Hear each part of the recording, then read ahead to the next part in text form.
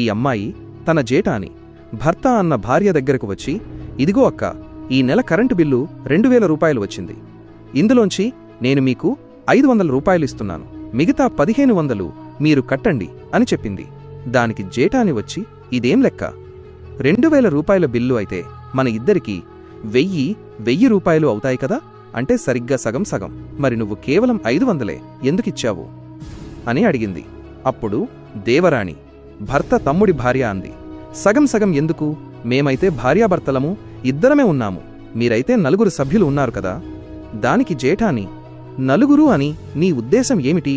వాళ్ళు ఇంకా చిన్న పిల్లలు, వాళ్ల కరెంటు బిల్లు ఎవరడుగుతారు? పైగా దేవరగారి భర్త తమ్ముడు కాలం నుంచి ఎప్పుడూ కరెంటు బిల్లు సగం సగం ఇస్తూనే వచ్చారు అంది.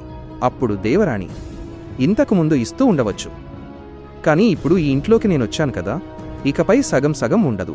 దేవరగారిని మీరు చాలా మోసం చేశారు అని అంది. ఈ ఇద్దరు కోడళ్ల గొడవ చూసి ఇద్దరు అన్నదమ్ములు విసిగిపోయారు. అందుకే తమ తండ్రితో, నాన్నగారు, ఈ సమస్యకు మీరే ఏదైనా పరిష్కారం చెప్పండి అని అడిగారు.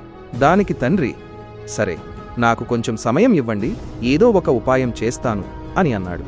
దీన్ని చూసే ముందు, ఆగునైనా, నన్ను చూసి విస్మరించకు, లేకపోతే నీకు చెడు సమయం వస్తుంది. ఒక్కసారి కామెంట్లలో హర్ హర్ మహాదేవ్ అని రాసి వీడియోకి ఒక లైక్ చేసి ఛానల్ను సబ్స్క్రైబ్ చేయి. నీ ప్రతి కోరిక నెరవేరుతుంది. అప్పుడు తండ్రి, చూడండి కోడళ్ళు, నేను ఊరికి వెళుతున్నాను, అక్కడ నాకు 10 కోట్ల రూపాయల భూమి దొరికింది అని చెప్పాడు. వెంటనే ఆ ఇద్దరు కోడళ్ళు ఆ డబ్బు కోసం ఒకటై కలిసి ఉండటం మొదలుపెట్టారు.